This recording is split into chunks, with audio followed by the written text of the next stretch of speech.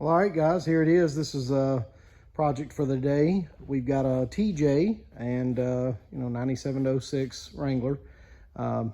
Occasionally, if a good deal comes across the table from a customer or whatever, we'll buy one of these. This one, it's pretty much bone stock. The top that was on it was absolutely roached. So I've got a brand new top. You can see just kind of laying out and stretching out on top of it. It does have a little bit of minor bubbles here in the rocker, some rust. It's something that, is pretty typical from a Jeep that spent some time up north. Here in the South, we don't get a whole lot of that, but it's got a little bit of bubbles back here. So what I'm going to do is, I'll wire brush that, get the rust flake off, treat it, seal it, and then I'm going to put some body armor over it to hide some of those things. So we'll get into that now. What we'll do when we get done with this Jeep, we'll actually market it locally. We're always very transparent. Again, I'm putting a video on YouTube right now about it, and would invite anyone that would buy this Jeep to look at this video and see, what they're getting into. We will market this accordingly.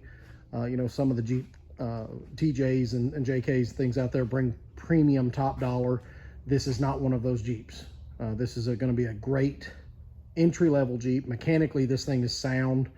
It just needs some cosmetic things to kind of refresh it and bring it back to life. And so we're going to do those things.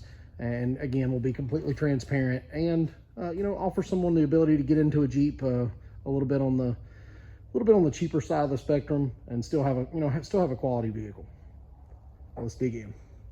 All right, guys. Well, the previous owner was not honest when we bought it. We knew it had some bubbles in the paint, but the deeper that we dug into it, actually found that some of that paint bubbles were actually all the way through and had been fixed with Bondo poorly in the past.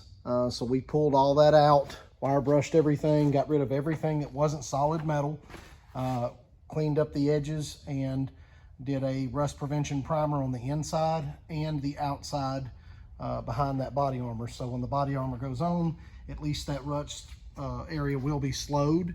It won't be fixed, but it will slow it.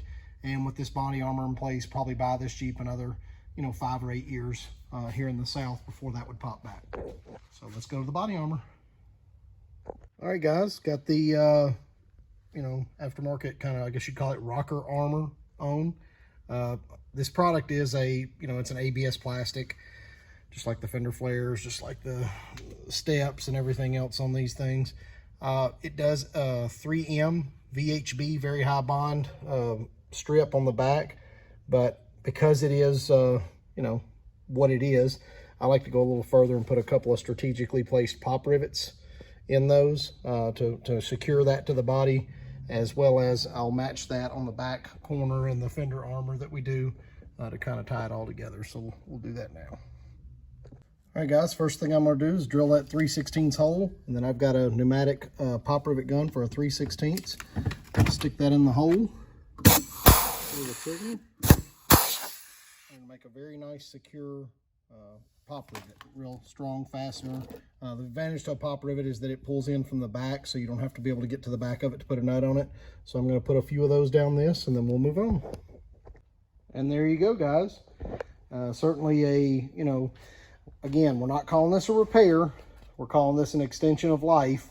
Certainly if someone wanted to take this Jeep and have all that rust properly fixed, they could do so.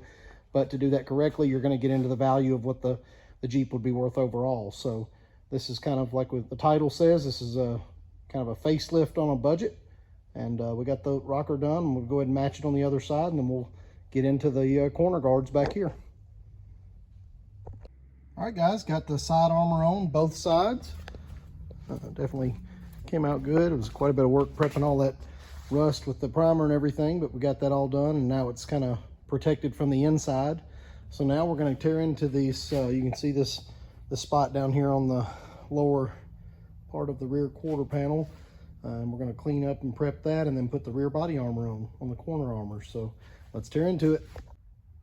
All right, with just a little bit of time, a little bit of effort, I used pop rivets. I wanted to match the side up there, but a little time, a little effort, very little specialized tools needed.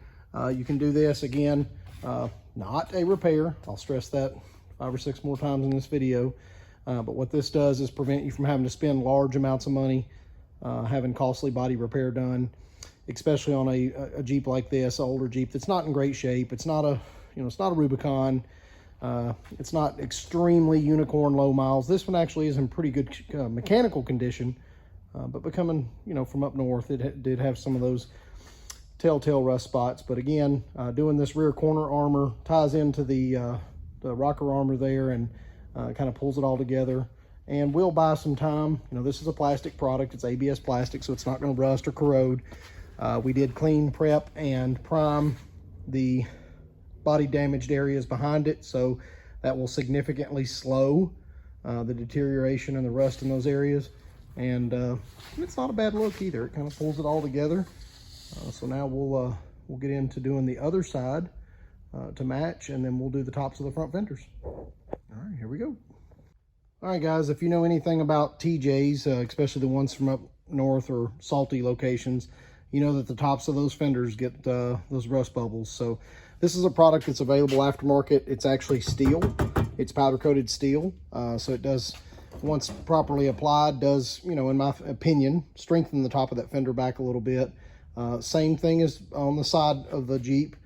Went ahead and stripped off that bubble rust, down to clean metal, prepped and primed it, and then we'll install these on top. Like same fashion, I'm going to go ahead and pre-drill all my holes. That way when I lay it on the fender, I can pop rivet it in place, and we'll be good to go. So let's take a look. Well, there you go, guys. There's the finished look. Again, we talked, this is not a repair. This does get rid of those soft front fenders on a TJ. This kind of ties in a little bit to the side armor and the rear armor that we put on it.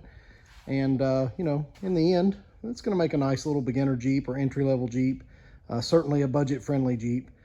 I've got a few more parts on the way for this. We're going to let the top continue to stretch overnight. Probably put the top on tomorrow. Still got to send it out for a detail.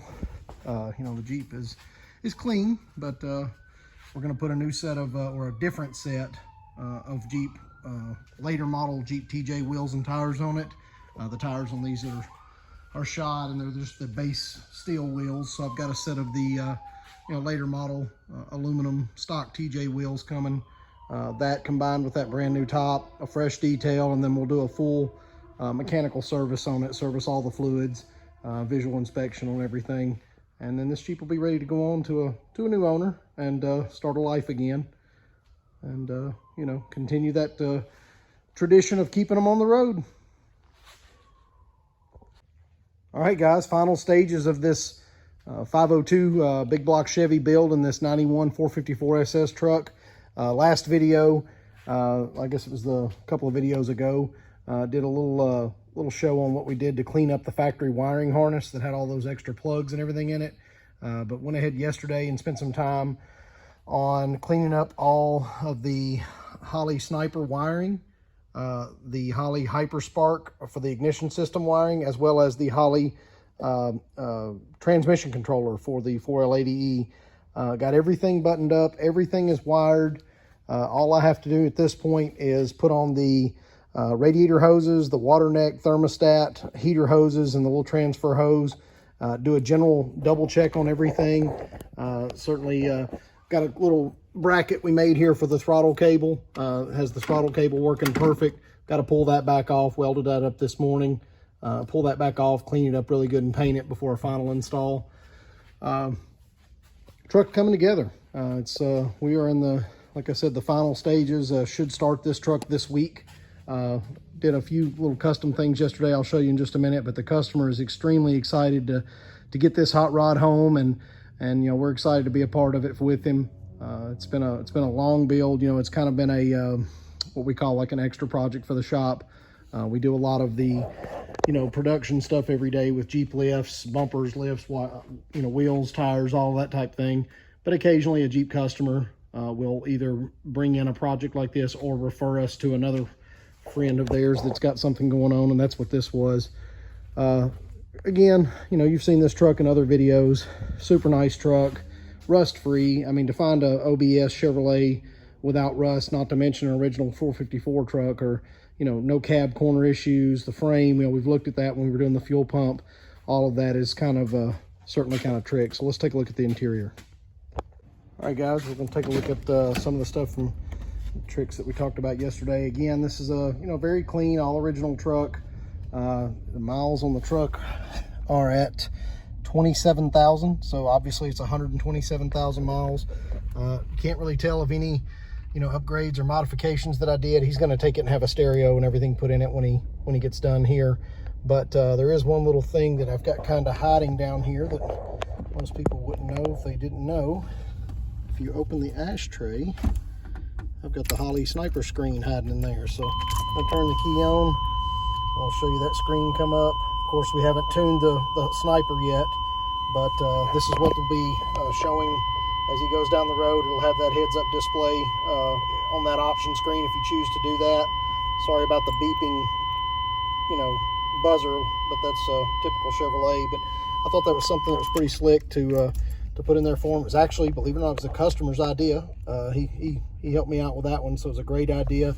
And I think he'll be very pleased with the finished product of having that ability to view the sniper and the sniper screen without having to have it, mounted on the dash somewhere or hidden away in the glove box. I think it'll be a lot better option for him to be able to enjoy that perk of having the fuel injection without, hacking up or destroying the dash on a classic truck. So very cool upgrade. All right, guys, well, stay tuned for later this week. We'll do another video when we actually start this beast up and hear this thing come to life. So we'll do the video later this week. Hey, guys, we appreciate you tuning in. Again, be on the lookout for that video later this week of the 502 truck starting up. We'll also do an update on the Flipper TJ here as we've got it finished up with the wheels and new top and everything. So as always, we appreciate you watching, appreciate you tuning in. Check us out on Facebook every day, Richter's Off-Road Performance. We're here on the channel. As always, like, subscribe, and share. We'll see you next week. Thanks.